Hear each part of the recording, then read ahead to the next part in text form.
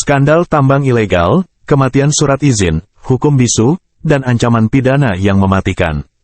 Skandal tambang ilegal galian CPT, MMI di Desa Jetis, Kabupaten Mojokerto, memunculkan bukti-bukti kuat yang semakin mencengangkan. Pemilik tambang, KSL, dihadapkan pada ancaman hukum serius, namun operasinya terus mengganas di daerah Paringan, Mojolebak, Kecamatan Jetis, tanpa belas kasihan terhadap lingkungan hidup. Fokus pada surat izin tambang yang diduga sudah mati menimbulkan pertanyaan serius tentang keberlanjutan hukum di pertambangan.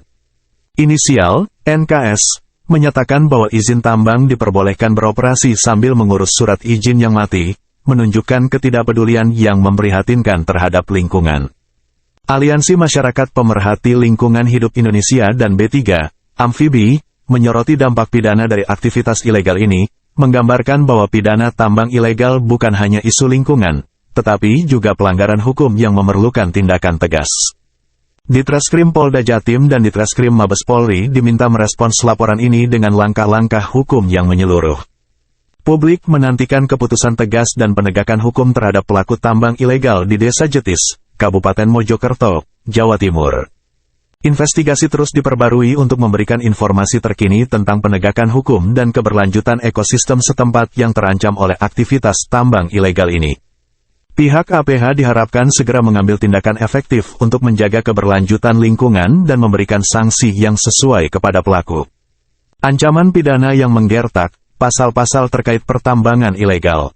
Pasal 158 UU No.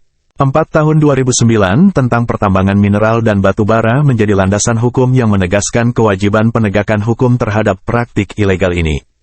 Ancaman pidana yang dapat diterapkan dengan tegas melibatkan pasal-pasal berikut. 1. Pasal 158 ayat 1 setiap orang yang melakukan pertambangan tanpa izin dapat dikenakan pidana penjara paling lama 5 tahun dan denda paling banyak 2 miliar rupiah. 2. Pasal 158 ayat 2 apabila perbuatan sebagaimana dimaksud dalam ayat 1, menyebabkan bencana atau kerugian lingkungan, pidana yang dikenakan dapat diperberat. Dalam gelapnya hukum yang menyelimuti operasi tambang ini, langkah-langkah tegas dari Ditreskrim Polda Jatim dan Ditreskrim Mabes Polri menjadi kunci untuk memastikan keadilan.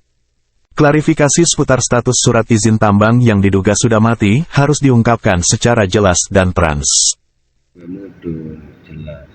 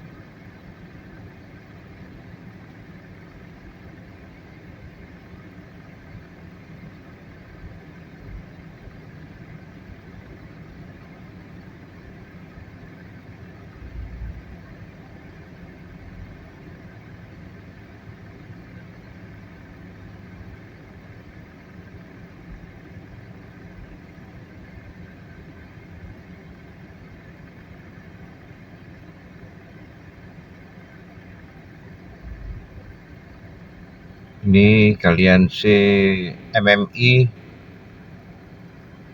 daerah Jetis, konfirmasi terkait surat izin. Demikian informasi.